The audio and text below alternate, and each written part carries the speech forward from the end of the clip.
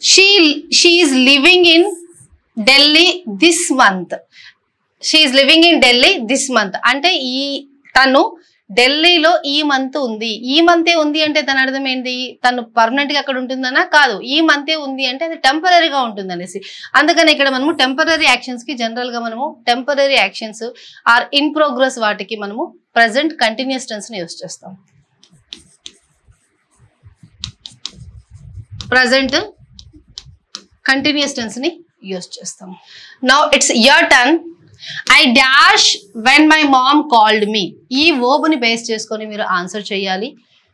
I dash my work before my friend arrived. ఇక్కడ కూడా option ఉంది, అంటే verb ఉంది. ఇందులో ఏది రైట్ ఆన్సర్ అన్నది please write it in the comment box and let me know. And at the same time మీకు ఇలాంటి క్వశ్చన్స్ పైన ఇంకా ప్రాక్టీస్ చేయాలి, ఇంకా క్విజ్ అలాంటి అటెండ్ అవ్వాలి అనుకుంటే మన యాప్ ఉంది ఇంగ్లీష్ విత్ రత్న మ్యామ్ అనేసి. అది డౌన్లోడ్ చేసుకోండి. అక్కడ మీకు చాలా ఫ్రీ క్విజెస్ అవైలబుల్గా ఉంటాయి. అది డౌన్లోడ్ చేసుకొని మీరు లెర్నింగ్ని అంటే మీ నాలెడ్జ్ని ఇంప్రూవ్ చేసుకోవచ్చు. Okay friends, that's all for the day.